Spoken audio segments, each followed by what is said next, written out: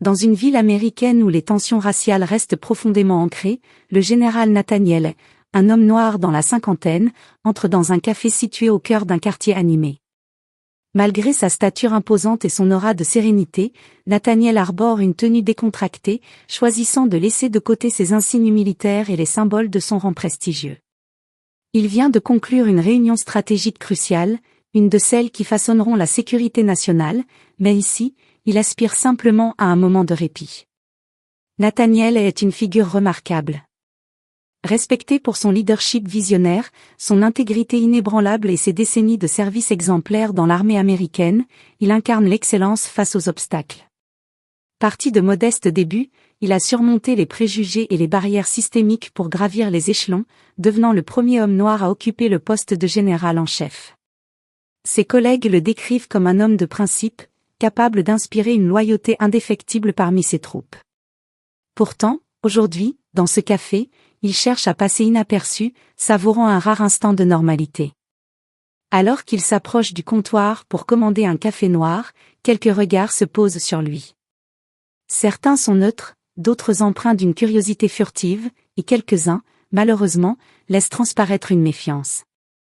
Nathaniel n'est pas étranger à ces jugements implicites, ces réactions silencieuses qui rappellent que, malgré son statut, il est toujours confronté aux stigmates d'un passé et d'un présent inégaux. Il reste calme, portant sur ses épaules à la fois le poids des attentes de sa communauté et le devoir de représenter avec dignité. Alors qu'il attend sa commande, un jeune homme dans la file d'attente semble le reconnaître. « Excusez-moi, murmure-t-il, hésitant, vous êtes le général est ?» Le général tourne la tête avec un sourire chaleureux mais modeste. « Oui, c'est moi, répond-il simplement. » Ce petit échange attire l'attention d'autres clients, et peu à peu, une reconnaissance discrète s'installe dans l'atmosphère. Nathaniel, fidèle à sa nature humble, ne cherche pas à prolonger la conversation, préférant laisser ses actions parler pour lui. Le café qu'il s'apprête à déguster symbolise un instant de répit dans une vie marquée par des responsabilités colossales.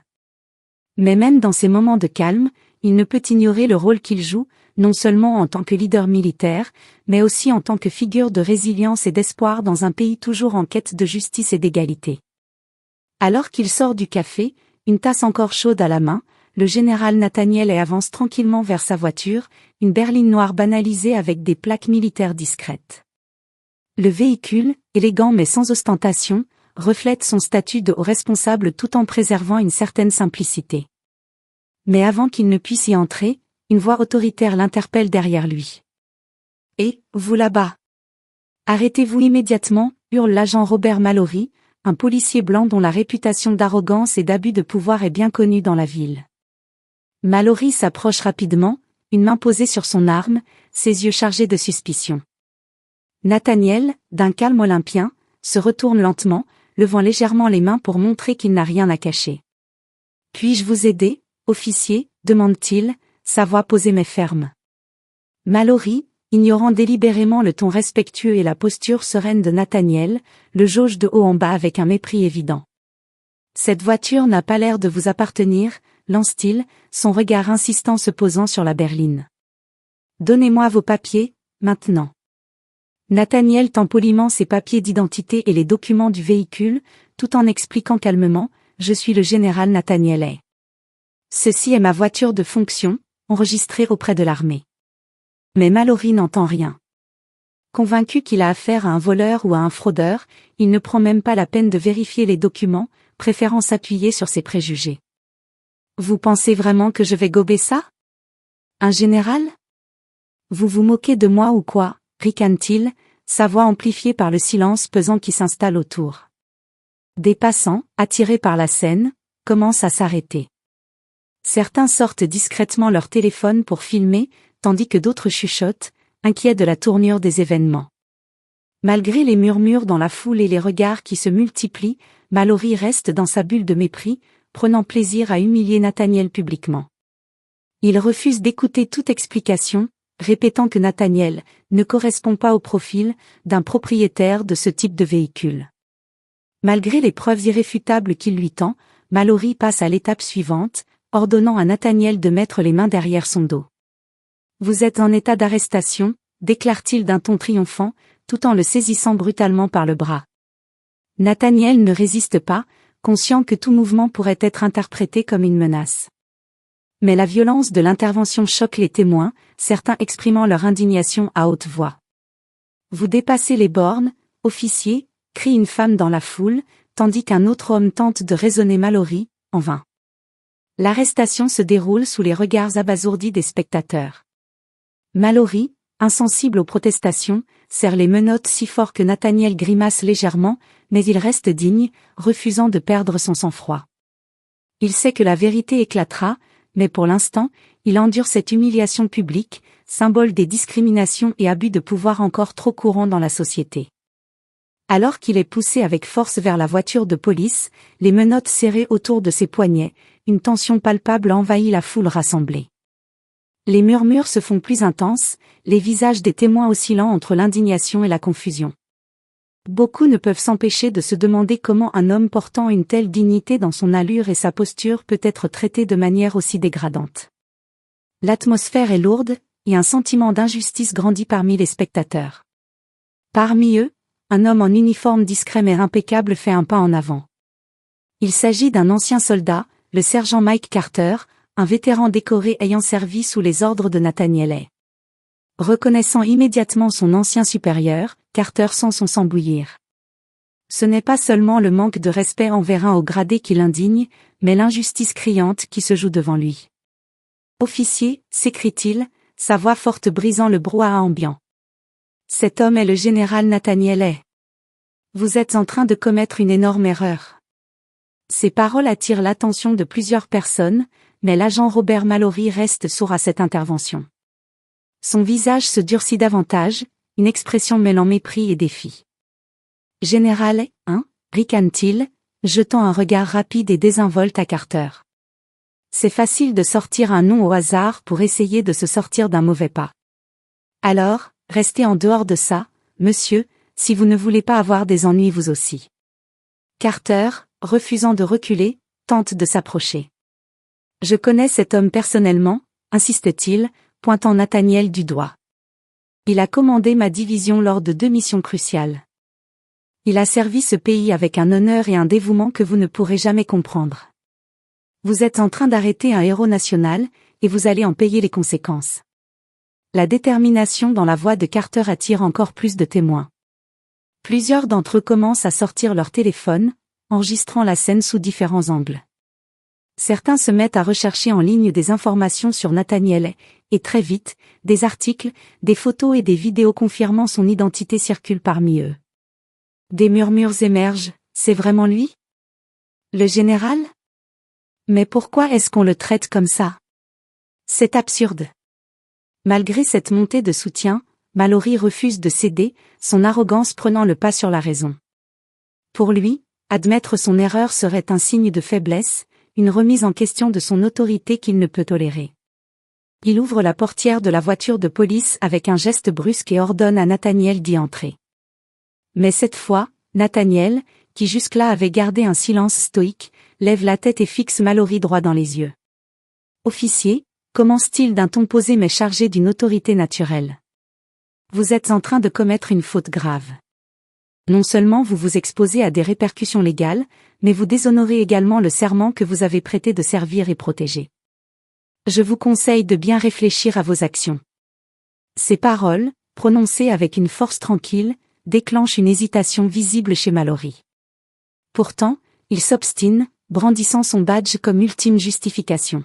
« Vous ne me faites pas peur, général ou pas » lâche-t-il, bien que sa voix trahisse une pointe d'insécurité. Une fois arrivé au poste de police, Nathaniel descend de la voiture menottée, son calme inébranlable contrastant avec l'atmosphère tendue qui règne. Les agents présents dans le commissariat se retournent, surpris par la stature imposante et la dignité de cet homme que l'on traite pourtant comme un criminel. Les murmures commencent à circuler parmi eux, mais Mallory, toujours convaincu de son bon droit, dirige Nathaniel vers une cellule temporaire. « Je veux passer un appel », déclare Nathaniel d'un ton ferme mais courtois, son regard perçant s'adressant au jeune officier chargé de le surveiller. Après une brève hésitation, ce dernier acquiesce et lui tend un téléphone. Nathaniel compose calmement un numéro et engage une conversation succincte mais lourde de sens. Il contacte directement un de ses collègues au Pentagone, un général également au gradé, et lui explique la situation en quelques mots clairs et précis. De l'autre côté de la ligne, la réaction est immédiate. En moins de 10 minutes, le téléphone principal du poste de police commence à sonner frénétiquement. Les appels se succèdent, de plus en plus pressants. Un colonel exige de parler au chef de la police, un haut responsable civil demande des explications, et enfin, une ligne sécurisée relie directement le bureau du chef de la police à celui d'un général à Washington. Le chaos s'installe rapidement. Pendant ce temps, Nathaniel, toujours enfermé dans une cellule, reste assis tranquillement sur un banc en bois, ses mains posées sur ses genoux. Son calme royal contraste avec la panique qui gagne le commissariat. Les agents autour de lui murmurent entre eux, certains commençant à comprendre qu'un terrible malentendu est en train de se produire. Le chef de la police, un homme grisonnant au visage marqué par des années de service, arrive en trombe, son expression oscillant entre la colère et la panique. À peine a-t-il franchi la porte qu'un autre véhicule arrive à vive allure devant le commissariat, une berline militaire escortée de 2 voitures banalisées. En sortent plusieurs officiers supérieurs de l'armée, leurs uniformes impeccables reflétant leur rang et leur importance. À leur tête, le général Marcus Delaney, un homme connu pour son tempérament explosif et son respect sans faille pour Nathaniel, entre dans le commissariat avec une détermination palpable. « Où est le général ?»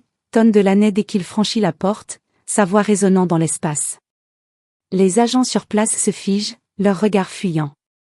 Finalement, un jeune policier désigne la cellule où Nathaniel est détenu. En quelques pas rapides, Delaney arrive devant la porte de la cellule et ordonne sèchement qu'on l'ouvre immédiatement. Lorsque Nathaniel est libéré, Delaney lui tend une main ferme. « Je suis profondément désolé pour cette insulte, Nathaniel, » dit-il avec un mélange de respect et de frustration dans la voix. Cela ne restera pas sans conséquence. Mallory, observant la scène de loin, commence à réaliser l'ampleur de son erreur. Mais ce n'est que lorsque Delaney, les yeux flamboyants de colère, se tourne vers lui qu'il comprend pleinement la gravité de la situation. « Vous, » dit Delaney en désignant Mallory.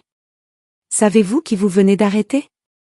Savez-vous que cet homme a servi ce pays pendant plus de 30 ans, qu'il a risqué sa vie pour protéger vos libertés ?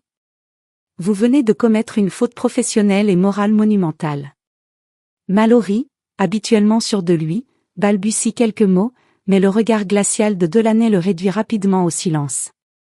Pendant ce temps, le chef de la police tente de calmer la situation, mais Nathaniel, d'un geste de la main, demande à parler. Se tenant droit, il s'adresse à tous les policiers présents, « Ce que vous venez de voir n'est pas seulement une erreur à mon encontre. C'est le reflet d'un problème bien plus grand. Je suis chanceux, car mon rang et mes relations me permettent de rectifier cette injustice. Mais qu'en est-il de ceux qui, chaque jour, subissent ce genre d'abus sans pouvoir se défendre ? Ce n'est pas seulement une affaire personnelle, c'est un appel à examiner profondément les préjugés qui gangrènent notre système. » Un silence pesant suit ces paroles. Les officiers militaires, impressionnés par sa dignité, acquiescent en silence, tandis que certains policiers baissent les yeux, visiblement honteux. Pour Mallory, ces mots résonnent comme un jugement silencieux mais implacable. À cet instant, Nathaniel comprend que ce qui vient de se passer dépasse largement sa personne. Ce n'est pas simplement son honneur qui est en jeu, mais celui de tous ceux qui, chaque jour, sont jugés, humiliés, ou discriminés en raison de préjugés profondément enracinés. Il réalise que cet incident, aussi douloureux soit-il, est une occasion rare de mettre en lumière une problématique systémique qui gangrène non seulement les forces de l'ordre, mais aussi les mentalités collectives. Nathaniel se redresse, observant la pièce avec une intensité tranquille. Il voit dans les yeux des policiers présents une palette d'émotions, honte, crainte, et pour certains, un soupçon d'empathie. Il sait que son rang et son statut attirent l'attention, mais il pense aux innombrables autres qui subissent des abus similaires dans l'anonymat le plus total. Ces visages invisibles lui reviennent en mémoire, le jeune homme arrêté sans raison dans sa jeunesse, les familles brisées par des décisions arbitraires, les voix réduites au silence par la peur. Il se tourne vers le chef de la police, Delaney et les officiers présents, sa voix claire et posée. Ce qui s'est passé ici ne doit pas simplement se résoudre avec des excuses ou des sanctions. Ce n'est pas suffisant. Il est temps de revoir nos pratiques, de nous demander pourquoi des hommes comme Mallory se sentent en droit d'agir ainsi. Et surtout, il est temps d'écouter ceux que nous avons ignorés trop longtemps. Le chef de la police, conscient de la gravité de la situation, acquiesce lentement, mais Nathaniel n'a pas fini. Je veux que cet incident serve de point de départ à un dialogue national. Pas seulement dans ce commissariat, mais dans tout le pays. Trop de vies ont été touchées par ce genre de comportement. Trop de citoyens, comme moi aujourd'hui, ont vu leur dignité piétinée sans raison. Delaney, d'ordinaire impassible, semble profondément ému par les paroles de Nathaniel. « Que proposez-vous, général ?» demande-t-il, l'air sincèrement intéressé. Nathaniel marque une pause, le regard lointain, avant de répondre avec conviction. Une réforme. Pas seulement des formations superficielles, mais une transformation radicale de la manière dont nous formons nos policiers, dont nous évaluons leur comportement, et dont nous imposons des sanctions. Je veux également créer une commission indépendante pour enquêter sur les abus de pouvoir et garantir une transparence totale. Ce ne sera pas facile, mais c'est nécessaire. La salle entière semble suspendue à ces mots. Même les agents les plus sceptiques ressentent l'ampleur de ce qu'il propose.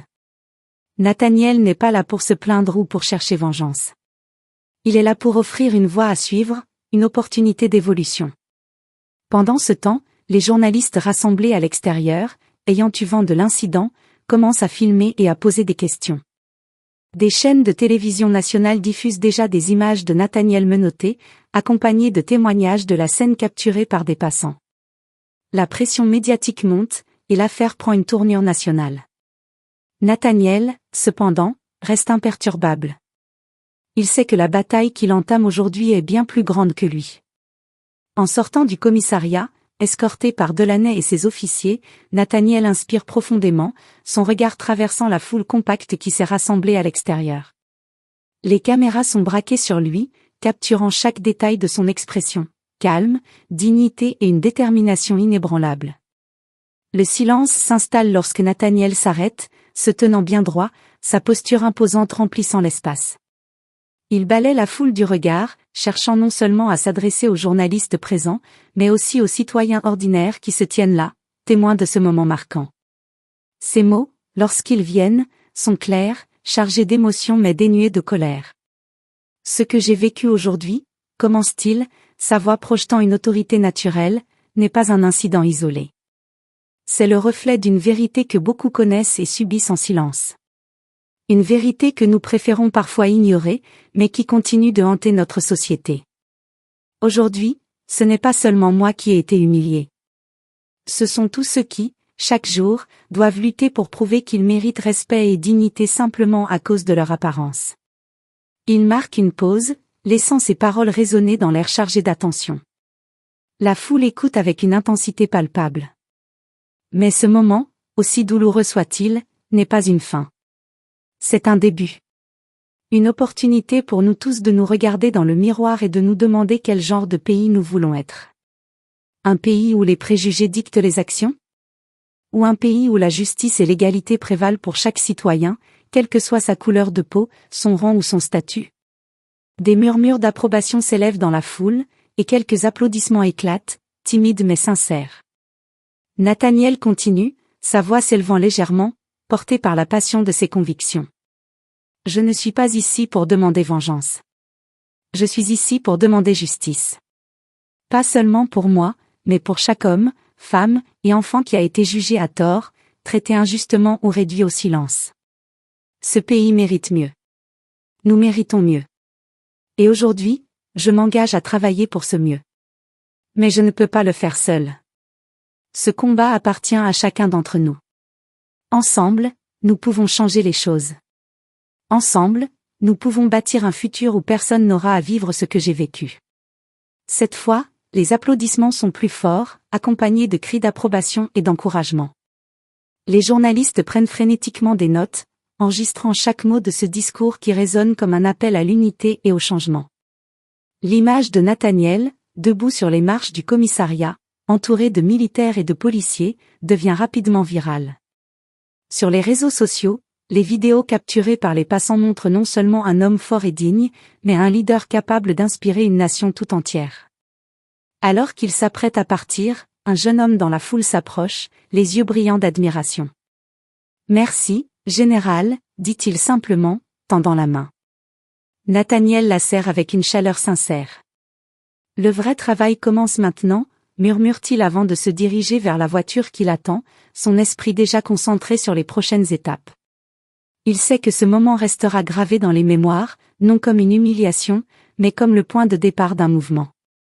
Pour Nathaniel, cet incident est bien plus qu'un événement isolé. C'est le catalyseur d'une révolution silencieuse, une chance d'allumer une étincelle de justice dans un pays qui en a désespérément besoin. Et tandis qu'il quitte les lieux, il sait que chaque pas qu'il fait, chaque parole qu'il prononce, pourra ouvrir une nouvelle voie pour ceux qui viendront après lui.